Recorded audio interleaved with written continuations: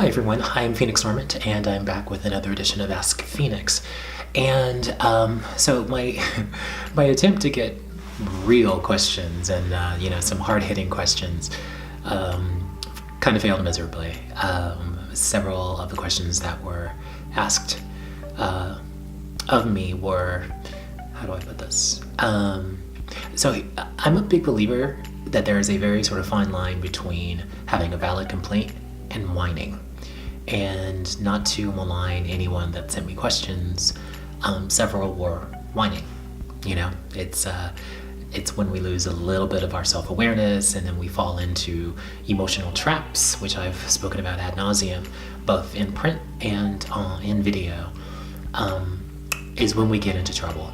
And we sort of lose that focus and forget kind of what our objectives are. And then we get emotional and we start thinking that people are treating us like shit, and they're actually not. They're just treating us however they choose to, because we didn't set any boundaries of how we need to be treated. So considering that this happens over and over and over again, and I get the same question and often the same situation with coaching clients, I wanted to address it. And kind of maybe this is what we all need to hear. Teaching people how to treat you. Sounds like a buzz phrase, huh? I think Oprah said it first, but it's incredibly valid, especially in business. And what I think needs to be said about that is we're all from every walk of life. We've all had different experiences growing up. We've all had different experiences in college, and some of us grew up on the streets. Some of us grew up on a farm. You have to kind of take into account that no one is this sort of cookie cutter, perfect version of anyone, to be honest with you.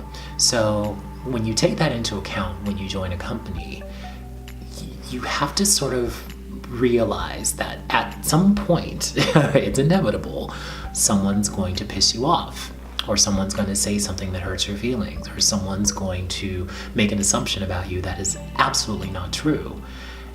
How you deal with that is really what separates you from the emotional, the irrational, and someone that is actually very focused on a particular objective or a particular goal and working toward that with blinders on. That's the type of worker that I choose to be.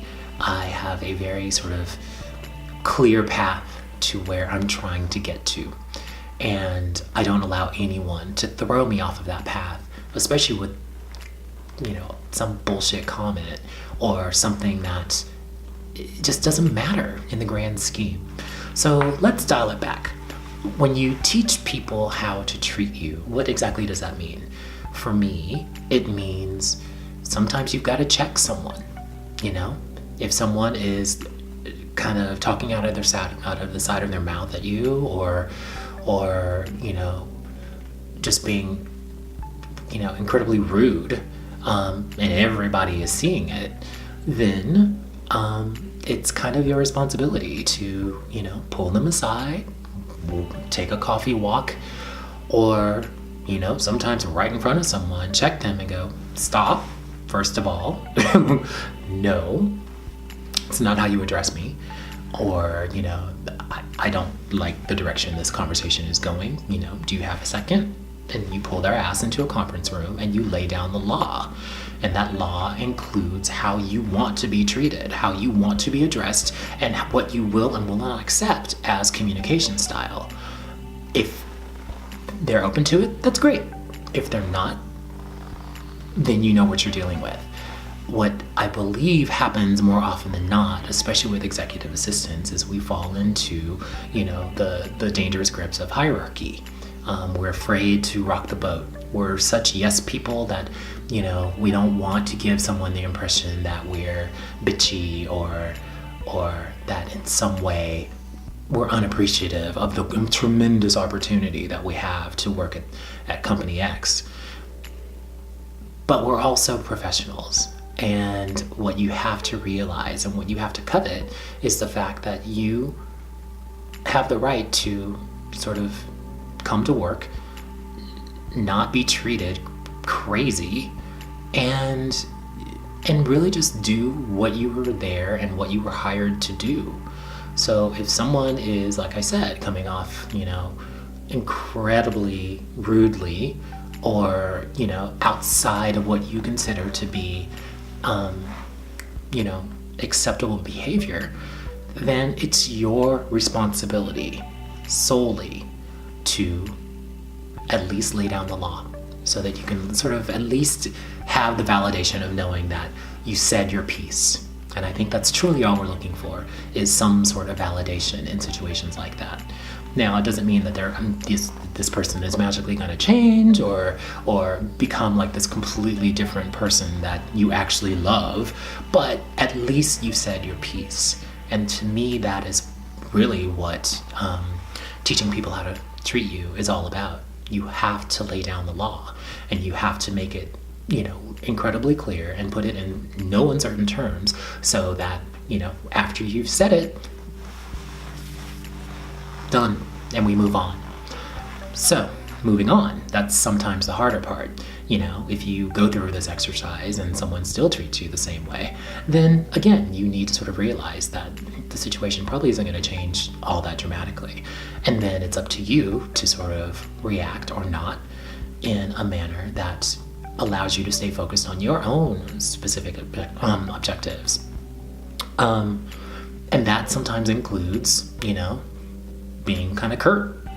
One of my biggest defenses with people who don't like me, one is I typically don't give a shit, to be honest with you. I'm not here to be liked. I'm here to do my damn job and do it to the best of my abilities. And that's kind of how I approach my role and how I approach relationships in the office.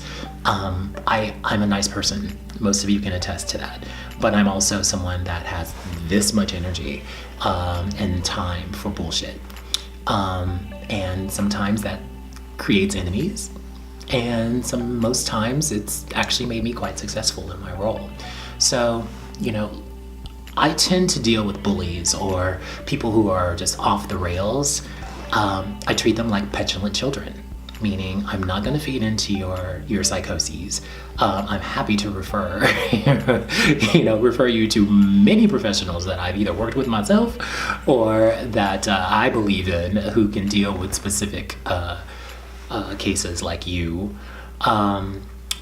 But, really, again, I try to keep my focus on business and being professional and my own very specific goals, both, day by day, weekly, monthly, quarterly, yearly. My grandmother always used to say, one monkey don't stop the show. And I'm a firm believer in that. If you got a rogue monkey, why are you letting them stop the show? If they don't deserve really a spot in the spotlight of the show that you've created, that what the successful outcome will be, then why are you allowing them to basically derail all of the hard work that you've put into getting where you are, and also the hard work of getting to where you want to be? That's really what I'm talking about. So dealing with people like that is actually quite simple. You don't feed into whatever it is that they're, the energy that they're giving you. You answer questions succinctly, yes or no answers. And really, that's kind of how I deal with it. I don't allow people to, first of all, talk to me any crazy way they choose. I will pull you in a conference room so fast it'll make your head spin, and you'll walk out of that conference room with full awareness of what you will and will not do with Phoenix Normand. Not going to happen. I understand that people aren't as confident as me, and they're not a dude and all of that, but you're still a professional, and you still deserve a certain level of respect, and you have to demand that. You can't expect it to just magically fall into your lap, and that's really what I'm talking about. So, rounding it all the way back, teach people how to treat you. Don't allow someone without the parameters that you set to run amok, to be that rogue monkey, jacking up your show. You have to take the time, and you have to have the crunchy conversation at times, and pull someone into a conference room, or get their ass on Skype if they're not in the same office as you, and remove all emotion, make it completely factual, and let them know this is not acceptable behavior. I'm a professional, you're a professional, and we will treat each other accordingly. If you can't do that, then please know that I can still work with you, but don't expect warm and fuzzy.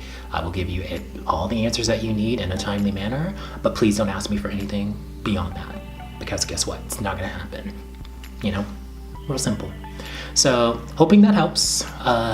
If you have any questions sort of concerning that, or you know, need some advice on how to actually pull it off, you know, reach out to me separately on IM, on LinkedIn. I'm on Facebook. I usually reserve Facebook for my friends, so don't be butthurt if I don't accept your friend invitation. LinkedIn is where you can catch me, definitely Twitter, and then also on phoenixnorma.com. Thank you all. Be bold. Lay down the law. Teach people how to treat you. And continue being amazing.